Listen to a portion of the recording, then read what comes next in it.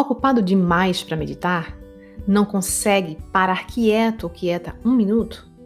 Curioso ou curiosa em saber mais sobre meditação mindfulness? Então, vem comigo no sexto episódio do podcast Traduzindo, baseado no livro Meditação para Céticos Ansiosos, 10% mais feliz na prática.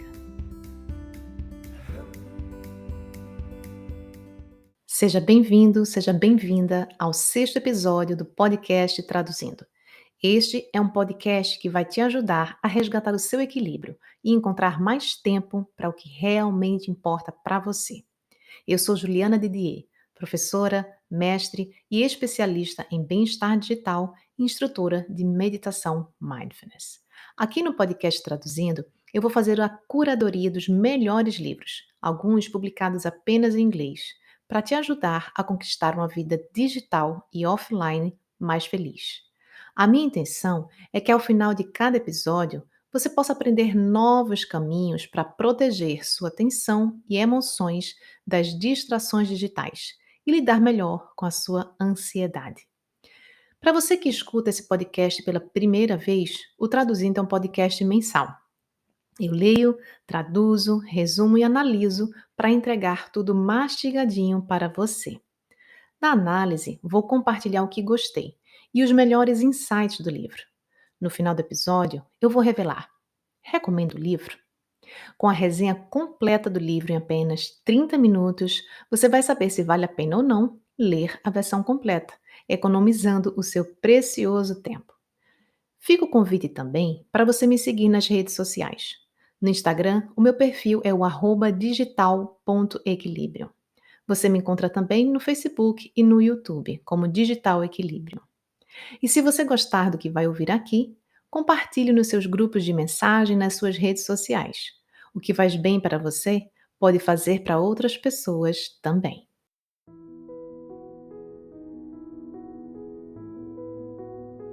O episódio número 6 do podcast Traduzindo é baseado no livro Meditação para Céticos Ansiosos, 10% mais feliz na prática, dos autores Dan Harris, Jeff Warren e Carly Adler.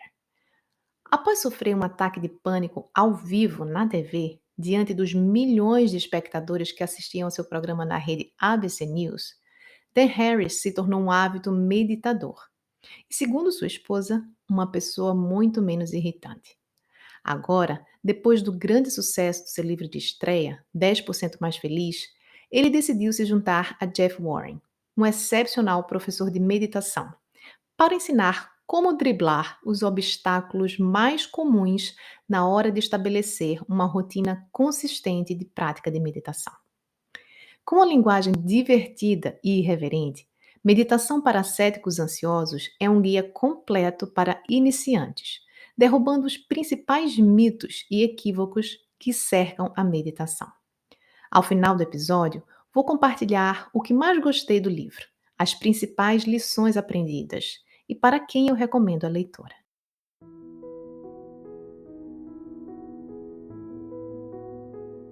Como descobri esse livro?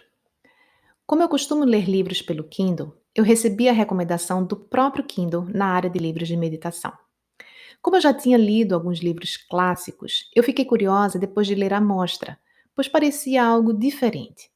De fato, o livro é hilariante e envolvente, cheio de relatos das peculiaridades, equilíbrios e desequilíbrios presentes até na vida de pessoas que levam meditação muito a sério.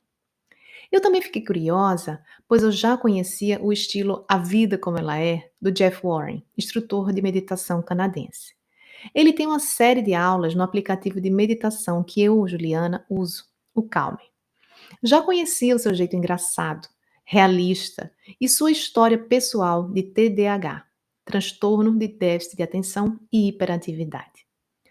Além disso, o livro apresenta entrevistas, encontros e desencontros de uma viagem pelos Estados Unidos em busca de casos reais de aplicação do mindfulness, como em um centro de detenção e também em uma respeitada escola militar. Tudo isso para mostrar que a meditação mindfulness pode ser aplicada em lugares aparentemente inusitados. Eu fiquei curiosa e resolvi embarcar nessa aventura. E você? Também está curioso ou curiosa?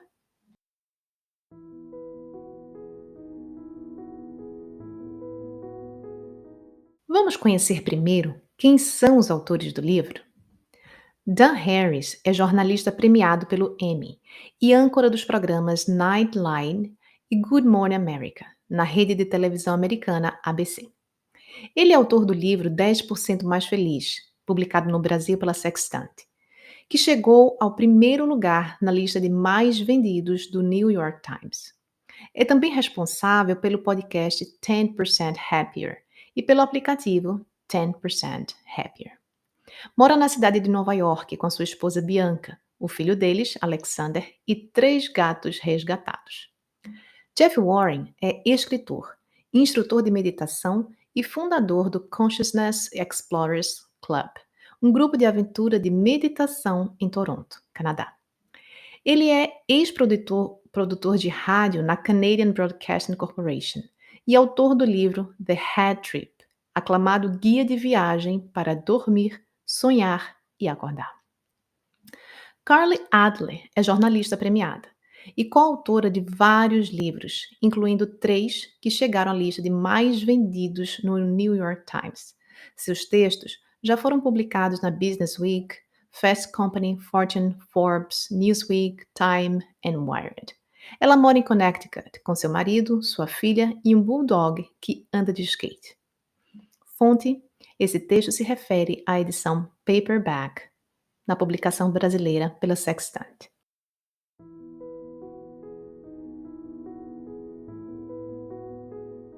Meditação para céticos ansiosos, 10% feliz, na prática, é organizado em 9 capítulos. Antes do capítulo 1, há um epígrafo, onde o Dan Harris conta detalhes da sua experiência de sofrer um ataque de pânico ao vivo. E um capítulo introdutório chamado Como Usar esse livro, o que é bastante útil, já que o livro inclui roteiros de meditação guiada ao final de cada capítulo. No capítulo 1, O Caso para a Meditação, Dan Harris conta o que o convenceu a investir tempo na meditação. Ele apresenta alguns benefícios da meditação e algumas questões básicas sobre o que é e o que não é meditação mindfulness. Dos capítulos 2 ao 9, os autores exploram os principais mitos que impedem as pessoas de darem uma primeira chance para a meditação ou manter-se firme na prática. Cada capítulo representa uma crença limitante, ou seja, algo que as pessoas acreditam ser verdade, mas que não é, e que as impedem de começar a meditar. A partir de histórias reais de pessoas comuns, o Jeff Warren, como um bom professor que é, apresenta argumentos e um estilo de prática de meditação que pode quebrar a resistência inicial daquela pessoa. Todo livro é recheado de histórias, entrevistas, roteiro de meditação. E, ao final, apresenta um resumo das principais lições e dicas práticas em cada capítulo. Estes são os títulos dos capítulos. 2. Eu não consigo fazer isso. Capítulo 3. Eu não tenho tempo para isso. Capítulo 4. As pessoas podem achar que eu sou estranho. Capítulo 5. Meditação é autoindulgência. Capítulo 6. A Caixa de Pandora. Capítulo 7. Se eu ficar muito feliz, eu vou perder a minha vantagem. Capítulo 8. Preencha um espaço vazio para tal coisa é a minha meditação. Capítulo 9. Eu não consigo me manter firme. Vamos agora ao resumo?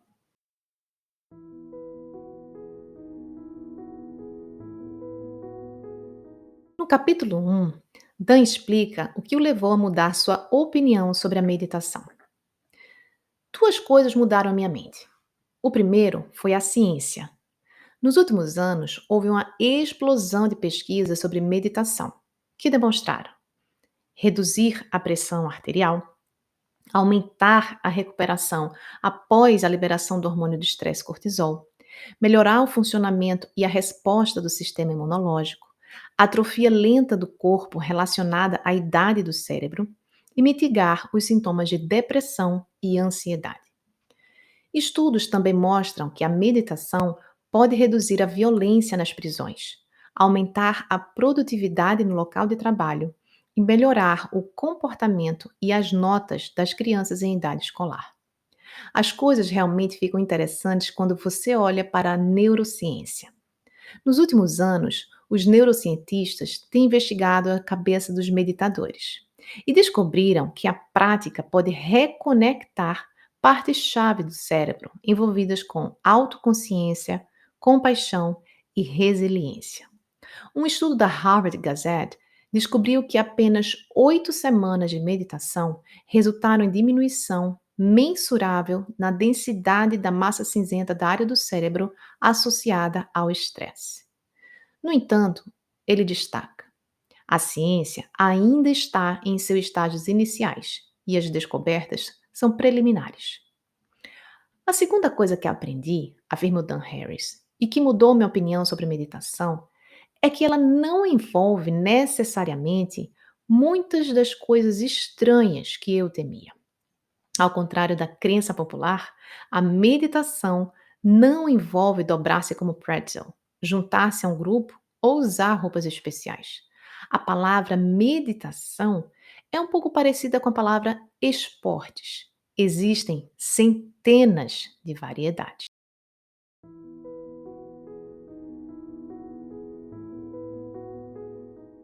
Mas por que, para algumas pessoas, parece tão difícil lidar com o ato de sentar-se para meditar? A meditação força você a uma colisão direta com um fato fundamental da vida que nem sempre é apontado para nós. Todos nós temos uma voz em nossas cabeças.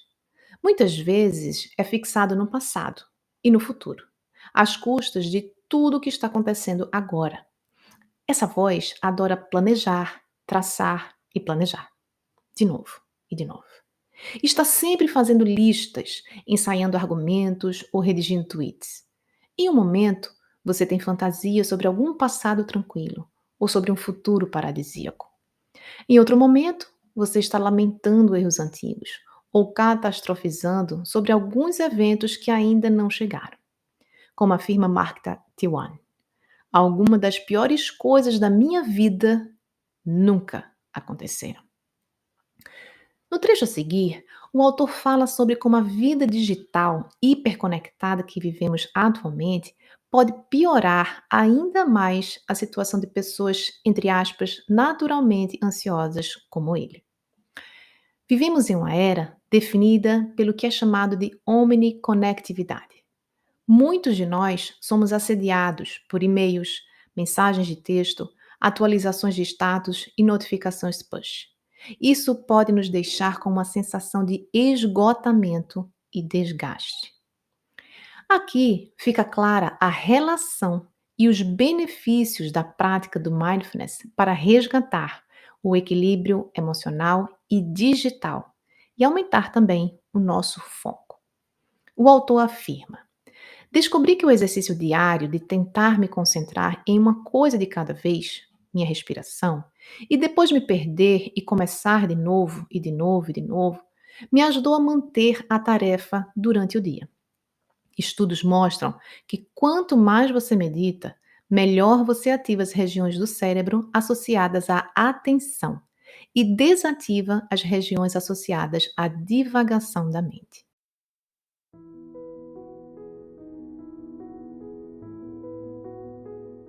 Maiores obstáculos que os aspirantes a meditadores enfrentam é o mito: eu não consigo fazer isso. Esse mito assume muitas formas, uma das quais é a sensação de estar completamente confuso sobre como começar. Aqui, para o podcast Traduzindo, eu selecionei apenas as principais perguntas e respostas do livro, que são respondidas pelo professor de meditação Jeff Warren, coautor do livro. Então, Jeff, onde você recomenda que as pessoas meditem?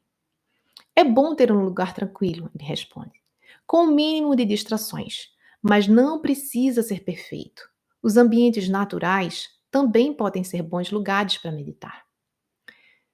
A meditação requer roupas especiais? Na verdade, não.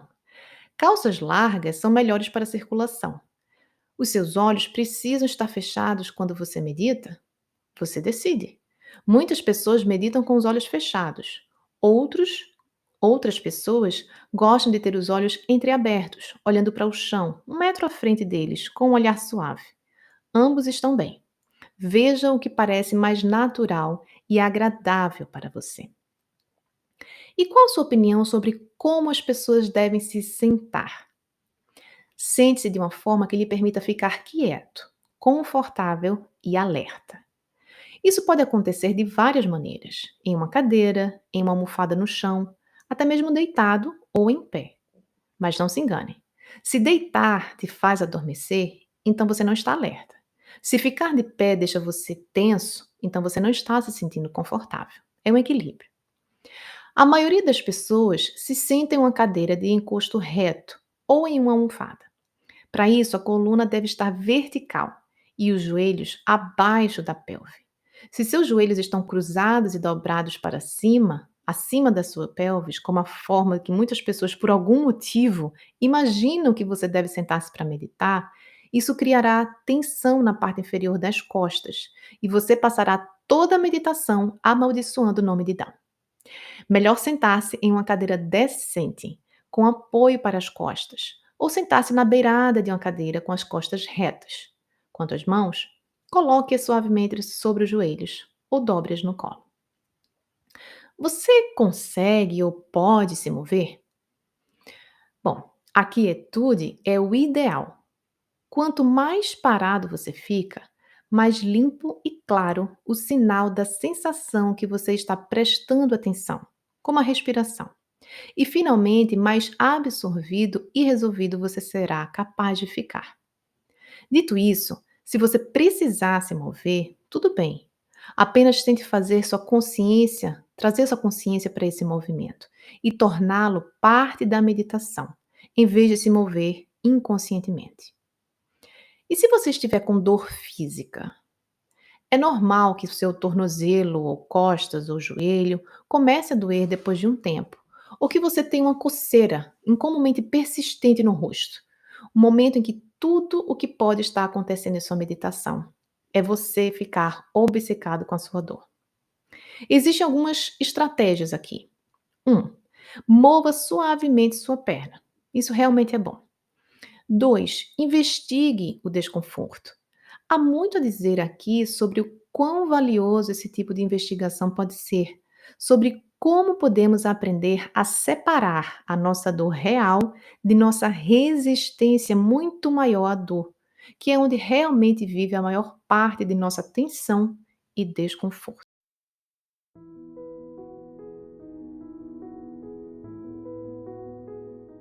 Por quanto tempo e com que frequência as pessoas devem meditar? Encontrar tempo para meditar é provavelmente o maior obstáculo para estabelecer um hábito de meditação. É importante definir metas realistas. Recomendamos que você tire de 5 a 10 minutos por dia, com a importante ressalva de que, se isso não for possível, 1 minuto de meditação conta. Como regra geral, quanto mais você medita, mais fácil se torna e mais profundos e duradouros os benefícios. A consistência é mais importante do que a duração. Meditar a cada 1 ou 2 dias, mesmo por 1 minuto, o ajudará a tirar o hábito da meditação do papel. Uma vez que isso se torne parte da sua rotina diária, você pode experimentar períodos mais longos para ver o que funciona melhor para você.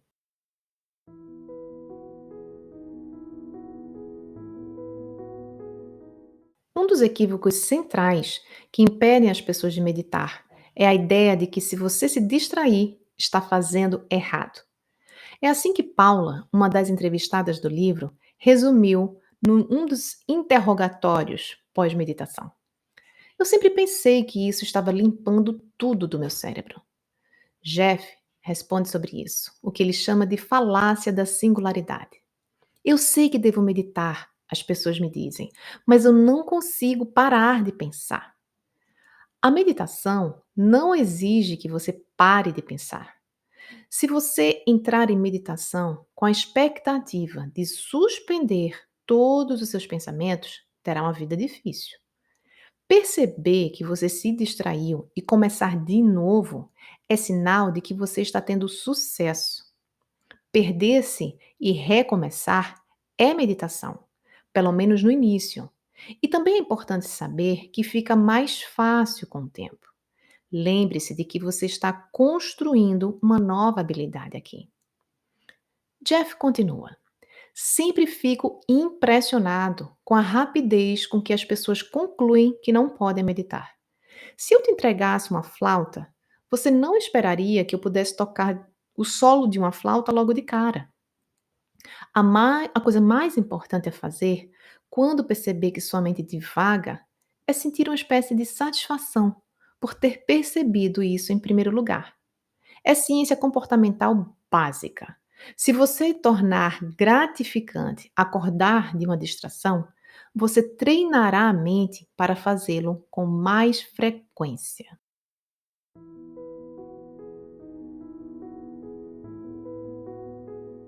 Eles entendem os benefícios da prática e percebem que não requer clarear a mente, o próximo grande problema é: como diabos eu encaixo isso em minha programação, em minha rotina? Dan reconhece. Mesmo que eu afirme que é matematicamente difícil defender a noção de que você não tem tempo, eu tive que reconhecer que em nossa era sobrecarregada e superestimulada, a percepção de fome de tempo é muito real. A dica? Você deve começar a pensar em meditações curtas. Conforme discutido, se você só tem tempo ou motivação para sentar-se por 60 segundos, deve considerar isso uma vitória. Uma das partes mais complicadas da formação de hábito é ancorar um novo comportamento em sua vida. Depois de fazer isso, você pode alterar a quantidade de tempo que passa sentado. Além do mais, depois de 1 minuto de meditação, as pessoas costumam pensar consigo mesmas: já estou aqui, pode muito bem continuar um pouco. Com o argumento do professor de meditação Cory Muscara, este é um momento chave, porque você está passando da motivação extrínseca, ou seja, meditando porque sente que precisa, para a motivação intrínseca, muito mais poderosa, ou seja, meditando porque você quer. No segundo em que você opta por mais meditação, você está fazendo isso por um interesse real, o que torna muito mais provável que tenha um efeito duradouro. Se você está lutando para encontrar tempo para meditar, procure oportunidades para esse tipo de rapidinho. Depois de escovar os dentes, depois do café da manhã, depois de estacionar o carro no trabalho, depois de se sentar no trem, depois de colocar a cabeça no travesseiro. 1 minuto conta, porque leva apenas 1 segundo para sair de uma emoção ou padrão de pensamento difícil.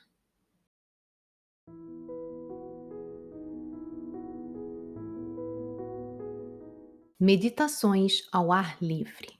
Se você não consegue encontrar tempo para fazer meditação formal, você pode inserir nas suas atividades da vida cotidiana. Caminhar entre as reuniões, escovar os dentes, lavar a louça e transformá-las em mini meditações. Jeff tem alguns conselhos sobre como transformar suas atividades diárias no que gosta de chamar de meditação ao ar livre. Ele diz: o visual clássico da meditação é olhos fechados, pernas cruzadas, bunda plantada em uma almofada ou cadeira em uma sala silenciosa. E tudo bem. Mas a almofada é o laboratório, ou se preferir, a academia. É onde você treina e experimenta em um ambiente relativamente simples e sem distrações. Mas a maioria das pessoas não vai puxar ferro na academia para que possam se sentir bem. A ideia é trazer o seu corpo saudável para a sua vida. Bem, o mesmo se aplica à meditação e à mente. Por esse motivo, alguns professores e tradições enfatizam deliberadamente as técnicas de meditação que devem ser praticadas em qualquer lugar e no mundo todo. A boa notícia é que você pode meditar sobre qualquer coisa: sons, visões, sabores, toques, sentimentos, qualquer sensação. Isso porque é menos sobre o objeto, entre aspas, de meditação e mais sobre as qualidades de atenção, como, por exemplo, concentração e equanimidade, que você traz para esse objeto. Essas qualidades são como grupos de músculos da mente. Eles podem ser treinados. O treinamento de qualidades mentais específicas é uma ideia bem importante. Uma última coisa, relembre Jeff. Embora a meditação ao ar livre possa ser divertida e útil, o objetivo de ter uma prática de meditação, afinal, é fazer com que a atenção plena se coloque como em uma metástase ao longo de toda a sua vida, mas positiva. É mais fácil fazer os exercícios de atenção plena na vida diária funcionarem se você tem uma base de prática formal e sentada, na qual não está fazendo nada além de treinar sua capacidade de estar presente ao que está acontecendo.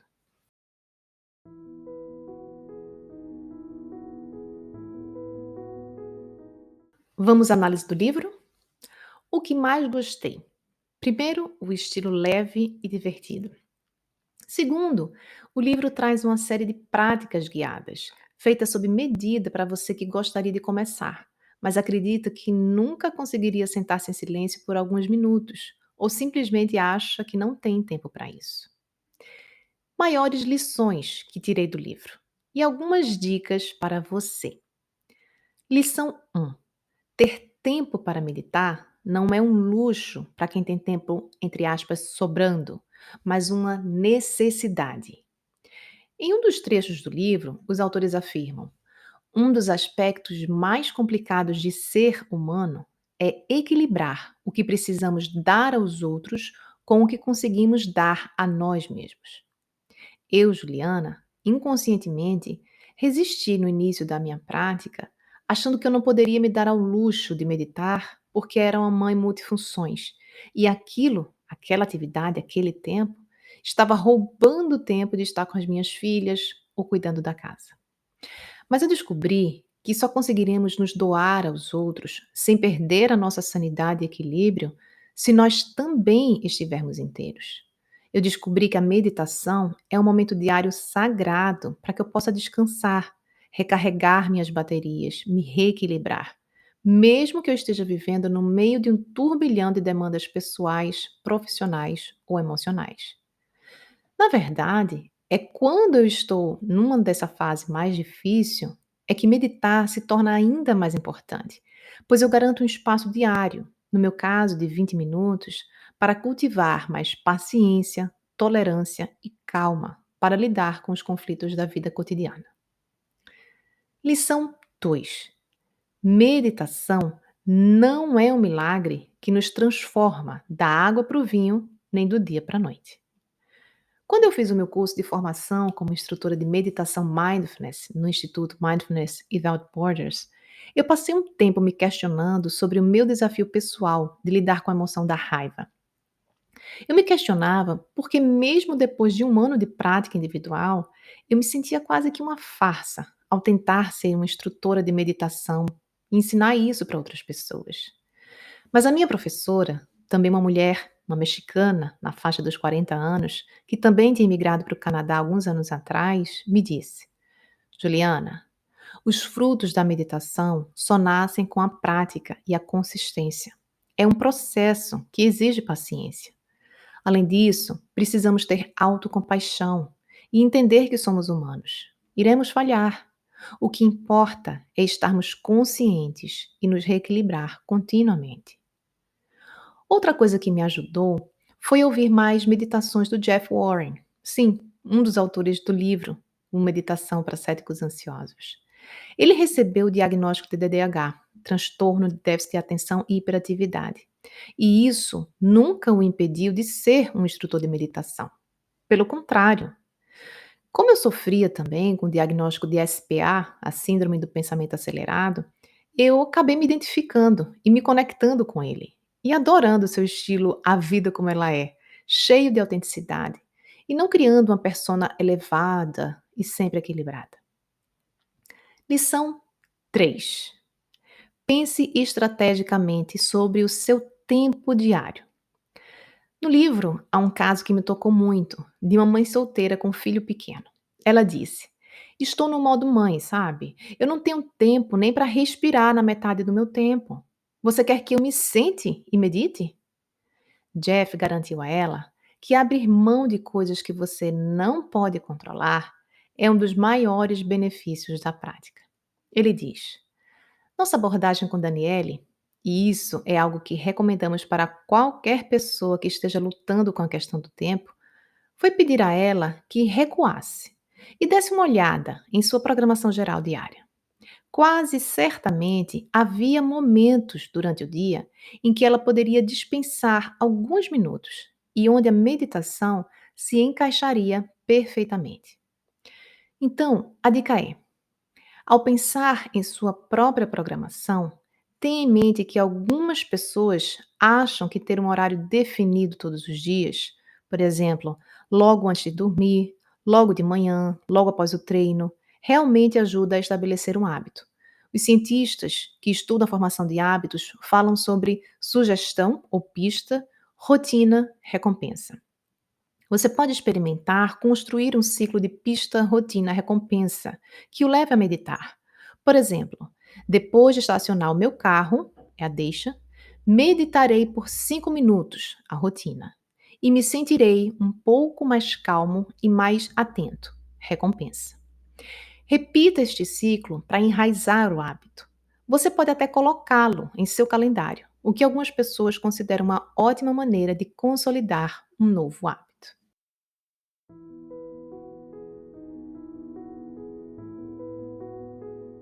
Vale a pena ler o livro? Sim, eu recomendo. E para quem eu recomendo?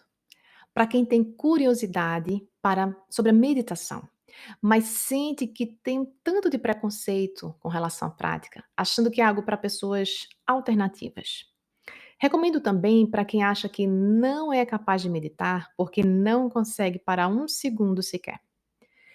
Também recomendo para quem acha que a meditação é só para os outros, não para si. E por fim, eu recomendo para quem já medita, mas deseja entender melhor as aplicações e novas técnicas de meditação. Obrigada por estar aqui comigo no sexto episódio do podcast Traduzindo. Me acompanhe nas redes sociais e participe da próxima escolha do livro. Me encontre por Digital Equilibrium ou Juliana Didier. Foi um prazer estar aqui com você. E se você gostou do que ouviu, compartilhe.